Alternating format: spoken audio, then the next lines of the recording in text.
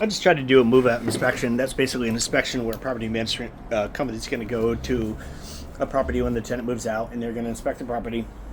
You see if there's any potential damage to the property, anything that we would have to charge against this tenant security deposit. And tenants were still there. So their lease ended yesterday, April 30th. They were to be out by April 30th. Today it's May 1st. I went to the property and they're clearly still living there. They still have all their furniture, even the cat walking around. So the tenants are the legal users of that property as of April 30th, midnight April 30th. It's their property. We'll do our move-out inspection would be, of course, the next day, because we don't know, the tenants still have legal rights to the property right up until midnight. So we always do reach out to the tenants just on the off chance they move out early. We like to let them know and say, hey, reach out to us, as soon as you know you're going to be out. That way you can process your security deposit that much sooner.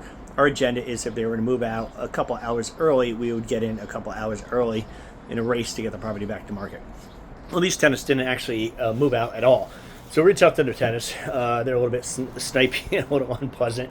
And this happens, actually. So it's not uncommon for tenants to lease to end. The property now becomes yours.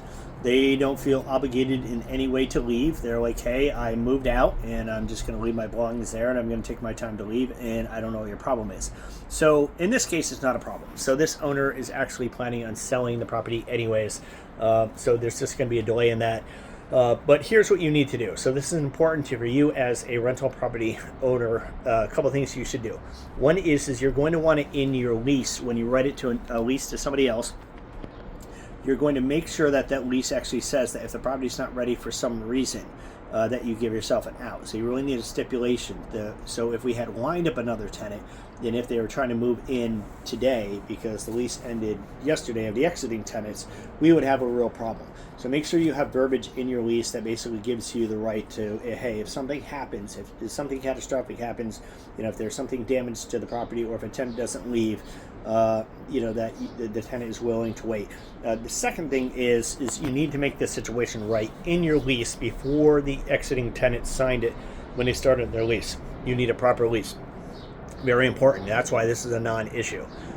So we actually have a penalty in there. So if the tenants were to move out on a certain date and they actually didn't move out on that date, we actually have penalty fees built in there. These fees are designed not so much to punish the tenant, but to basically compensate the owner and to compensate the property management company.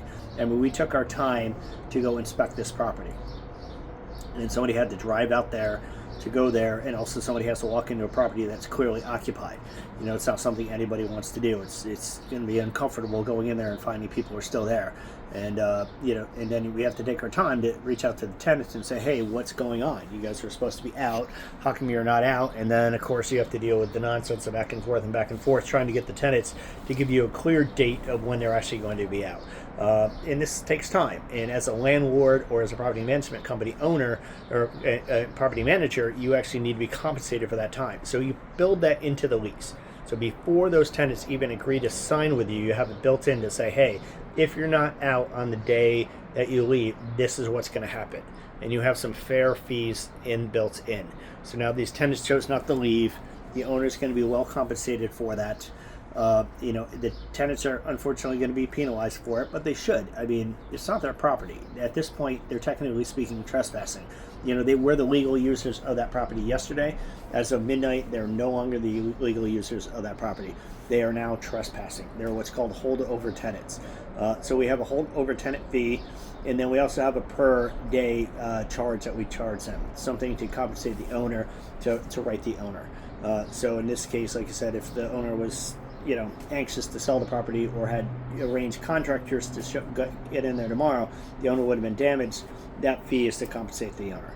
In this case, it won't really damage the owner much at all. She's, again, she'll be compensated. So just want to make sure you guys have that information in your leases. Look over your lease, make sure it's really written well, and it basically just kind of details every little thing, including this. All right? Just a rental property management company owner here in Philadelphia, and I'm just doing my best to answer your rental property investing questions. As always, happy rental property investing.